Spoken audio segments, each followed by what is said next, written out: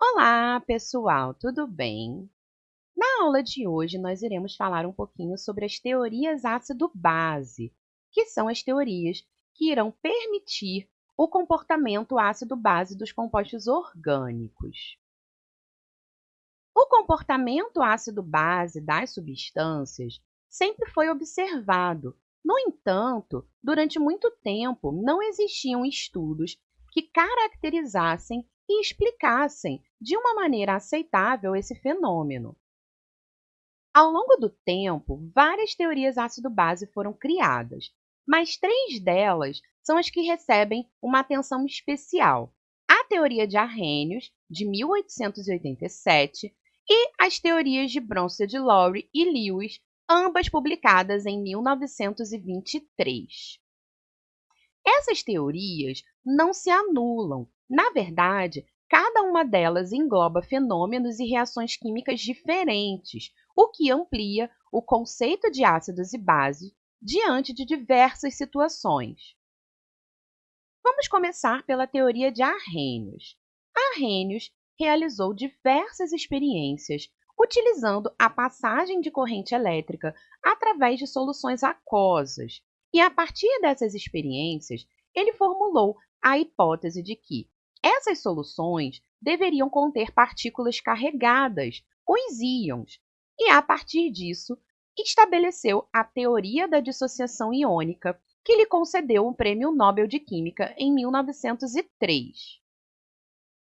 De acordo com Arrhenius, determinadas substâncias, quando dissolvidas em água, são capazes de dar origem a íons. No entanto, esse fenômeno não é observado em todas as substâncias.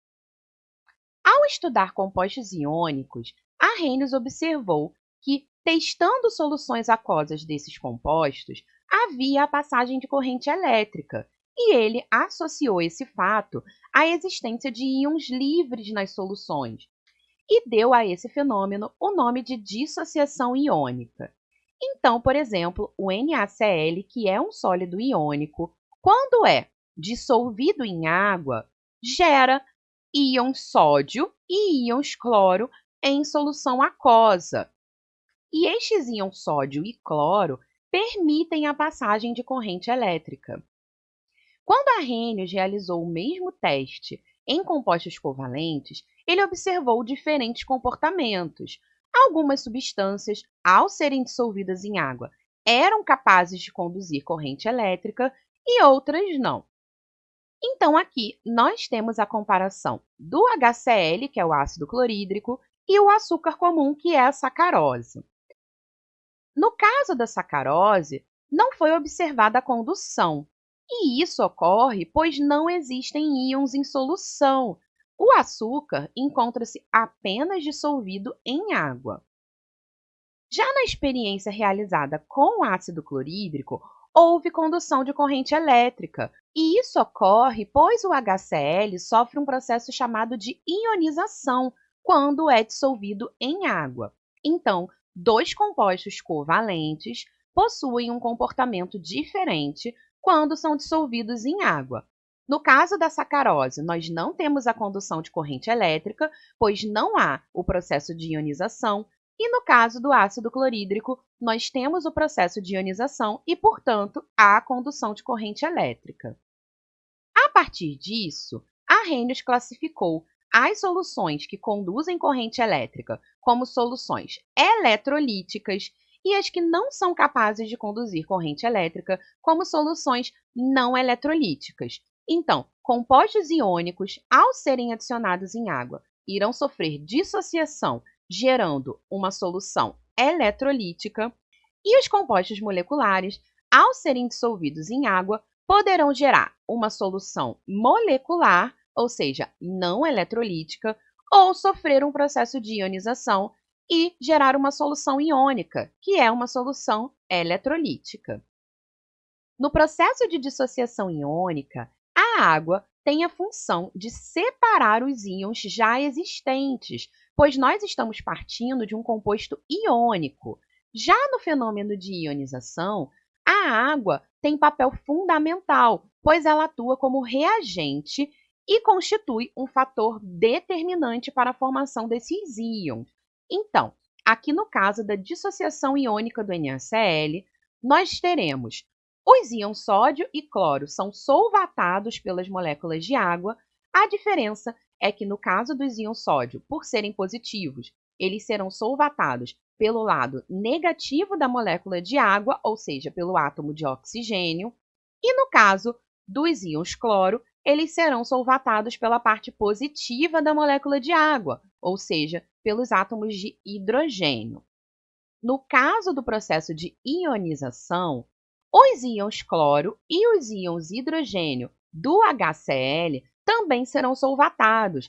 A diferença é que a molécula de água irá reagir com o HCl para promover a ionização e então ser capaz de solvatar esses íons.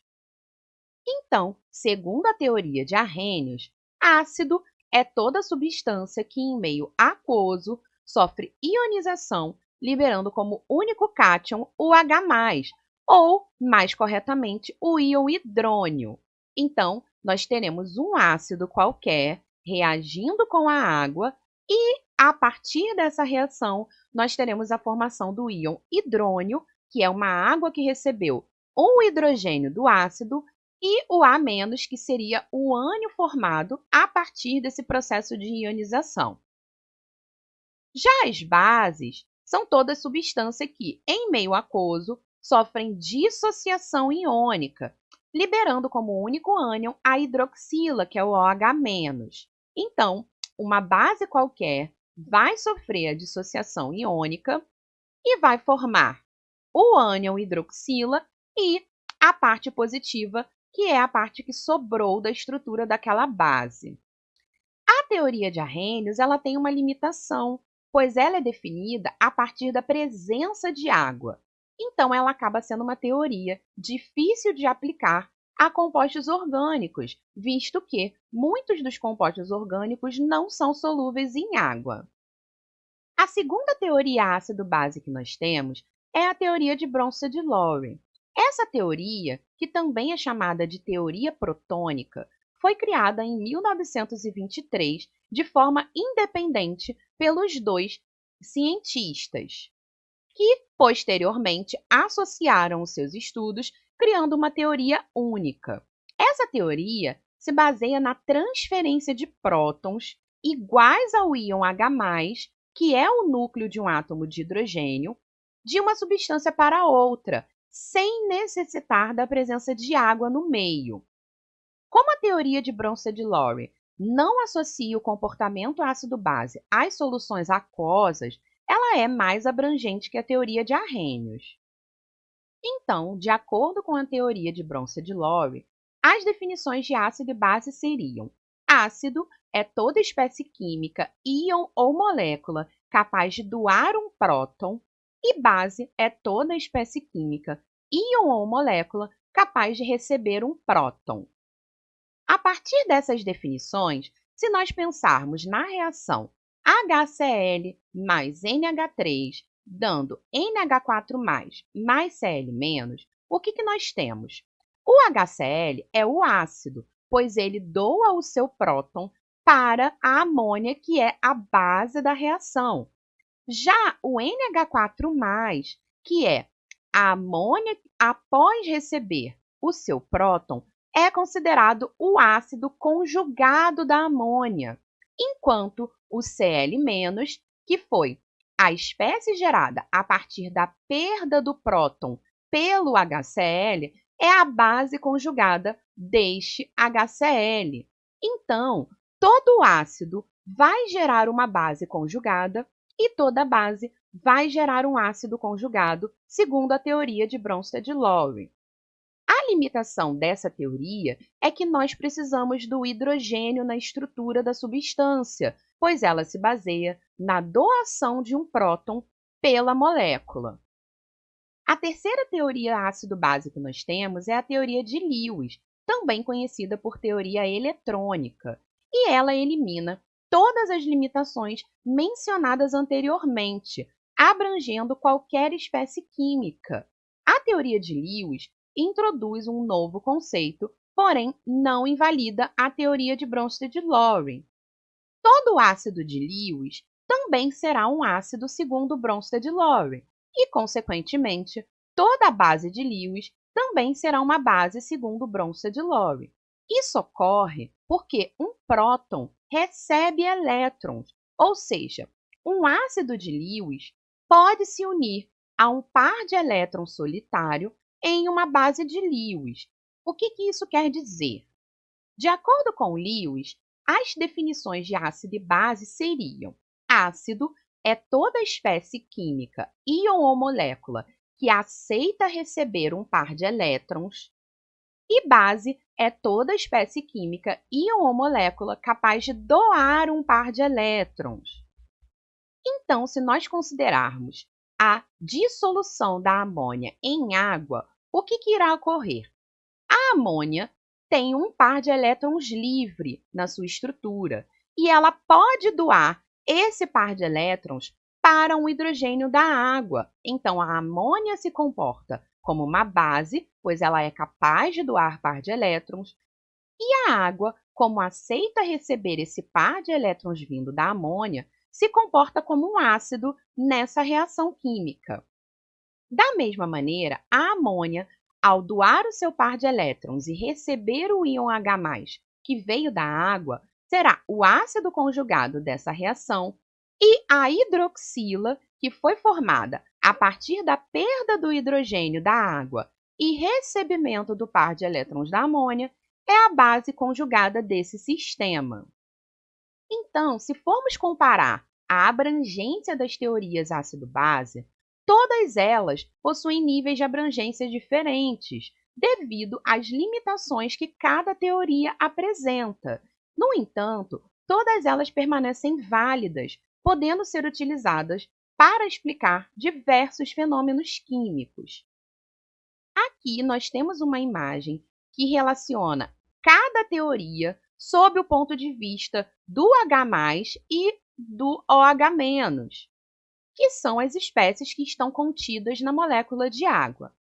Então, pela teoria de Arrhenius, a hidroxila irá doar o seu par de elétrons para o H+, sendo ela a base e o H+ o ácido. Na teoria de Bronsted-Lowry, nós temos uma base qualquer capaz de doar o seu par de elétrons para o H+.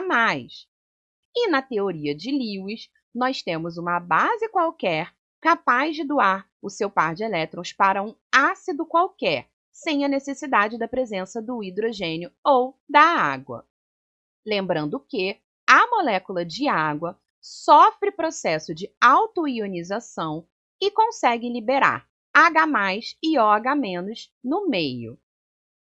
Bom, gente, essa foi a nossa aula de hoje. Espero que vocês tenham entendido e até a próxima!